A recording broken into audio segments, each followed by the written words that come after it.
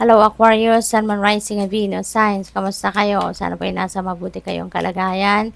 Welcome back po sa Star Tarot. Bago kayo rito, welcome din kayo. Thank you for your support. I truly appreciate it. God bless you all. Aquarius, care required. Guard yourself against deception and be careful of making foolish mistakes at this time. Okay?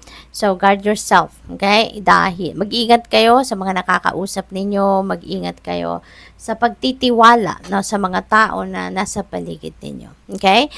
Make sure na hindi kayo basta-bastang nagbibigay ng inyong tiwala 100% agad-agad sa mga tao because you never know, 'di ba? Kahit kakilala natin, 'di ba? Sometimes naluloko pa rin tayo, napapagsinungalingan pa rin tayo, 'di ba? Natatrader pa rin tayo. Kaya kailangan na mag-ingat talaga. No? Mag-ingat, extra cautious lagi. At saka pakinggan niyo yung inyong intuition kasi your intuition will always guide you, will always tell you kung mapagkakatiwalaan ng tao or hindi, no? So, what else? We have wisdom. To focus on the past is to lose the future. Heed advice from an older person which will allow you to move on. Okay, so ayan. So, maybe you are going to be dealing with a person of wisdom sa ngayon. Baka meron kayong mga kakausapin na tao ngayon na alam mo yon, marami na siyang natutunan sa buhay, marami na siyang experiences sa buhay na natutunan at maaring ito yung taong ito makakausap ninyo that will help you a lot na mag-grow kayo sa person, 'di ba? Magkaroon kayo ng mga bagong perspective, ma-advisean kayo ng mas mabuti, 'di ba? Na kung ano ang inyong dapat natitignan sa buhay, yung ganun ba? What else? We have future. You may travel or host an overseas traveler soon. Either way, great social fun awaits. Okay? So, pwedeng magta-travel kayo rito, Aquarius. No?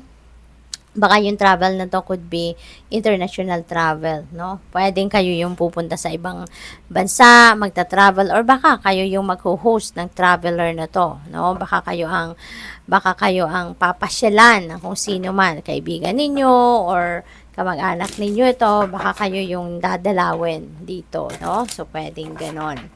So, tingnan natin kung ano ba ang mga messages ninyo for today. We have the High Priestess. Ayan. So, High Priestess is about intuition. It's about dreams.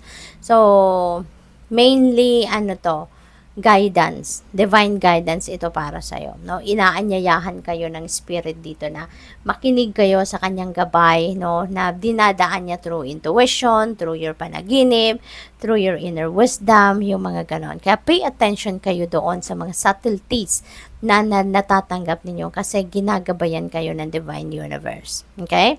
So, what else? We have judgment. So, maaaring magigising kayo sa katotohanan dito. No? Meron ditong pagbubukas ng isipan at damdamin ninyo regarding something.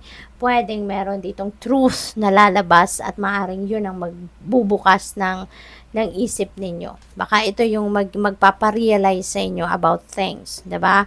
Na dapat ninyong ma-realize, na dapat ninyong madiskubre, na dapat ninyong maisip, no? So, pwedeng ganon ang ganap dito for some of you, Aquarius. Pwede rin, 'di ba? Na you will be awakened, no? Na may mga bagay na dapat kayong baguhin sa ngayon, may mga bagay na dapat kayong i-keep sa buhay ninyo, something like that. Alright? So, what else? We have lovers. Wow. So, dito naman sa lovers energy, ito? This is a relationship, no? Maganda to sa relationship. This is union of two people in love. Pwedeng meron kayo ritong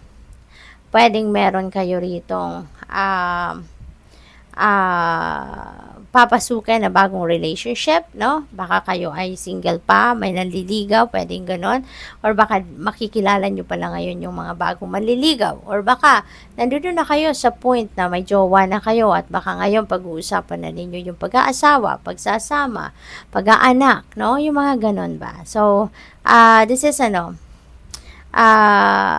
love life, no, na maaaring pagtutuunan ng pansin ng iba sa inyo dito, Aquarius. Okay? So, what else? We have chariot. Yan, may travel talaga, no, ang iba sa inyo. So, pwede na ito, magta-travel talaga kayo. So, meron talaga kayong pupuntahan. Pwedeng pasyal ito, pwedeng job related na biyahe ito, pwede rin na kayo ay may pupuntahan because siguro pwedeng magbibisita kayo ng pamilya, ng kamag-anak, mga ganon. Or baka, naririnig ko, ocular inspection, ano? Baka parte yan ng trabaho ninyo, no? Kaya, siguro yung pagta-travel, this is part of your job, no? Talaga kasi kung nag-inspection nga kayo ng kung ano man, lugar, or piscina, or whatsoever, no? This is also about success. So, possible na merong naghihintay na tagumpay sa inyo. Possible na merong success dito na talagang nakahanda na, 'di ba? Naghihintay na sa inyo na 'yun yung bunga ng inyong pagsisikap. Ito na yung bunga ng inyong pagtitiyaga, bunga ng